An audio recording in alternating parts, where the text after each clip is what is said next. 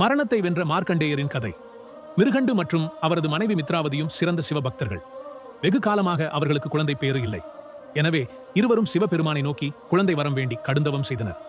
நீண்ட தவத்திற்கு பிறகு சிவபெருமான் அவர்களுக்கு காட்சியளித்து அவர்களிடம், உங்களுக்கு ஒழுக்கமான புத்திசாலியான ஆனால் 16 ஆண்டுகளே வாழும் மகன் வேண்டுமா, அல்லது ஒழுக்கமற்ற முட்டாளான ஆனால் நீண்ட நாட்கள் வாழும் மகன் வேண்டுமா எனக் கேட்டார்.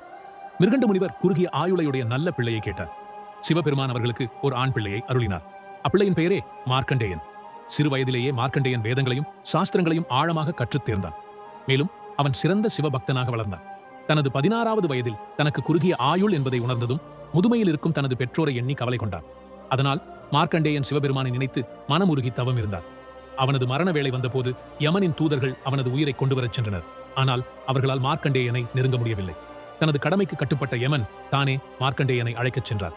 ஆனால் மார்க்கண்டேயன் சிவலிங்கத்தை அணைத்துக் கொண்டே, எம்பெருமானே, என்னை காப்பாற்றும் என்று கதறினான்.